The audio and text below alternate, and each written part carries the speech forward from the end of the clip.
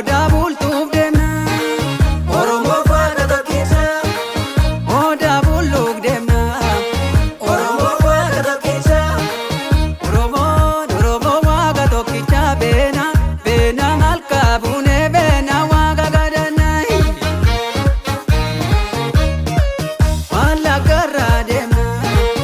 Harargeerraa deemna. Arsii gubbaan deemna. Booranarraa deemna. Gujii gubbaa deemna. Hawaa keessaa deemna. Jimmaa keessaa deemna. Oromoo waaqa tokkicha beena beena malkaa buunee beena waaqa gadannaa. Iluu kaanee deemna. Baalee gubbaa deemna.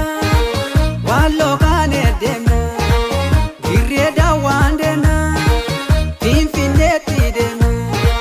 Oromoo waaqa tokkicha beena beena malkaa buunee beena waaqa gadannaa. Oromoo waaqa tokkicha beena beenaan deemnaa ni geenya bakkicha.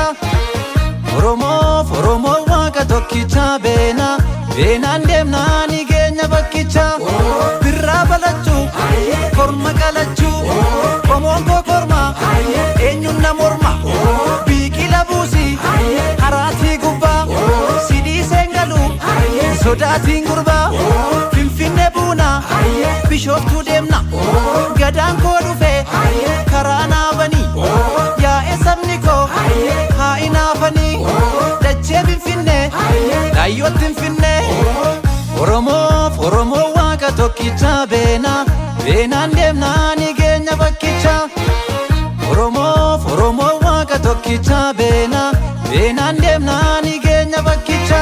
Lammiin koo duruu gadaan bula marsaa isa ga'uun bara gadaa meelba hamaan teessoo toliin ba'u. Lammiin koo duruu gadaan bula marsaa isa ga'uun bara gadaa meelba hamaan teessoo toliin ba'u. Irreechi waggaan dhufa kan rabbi nu ga'uun horar sadii geenye ora finfinneetti wal ga'u.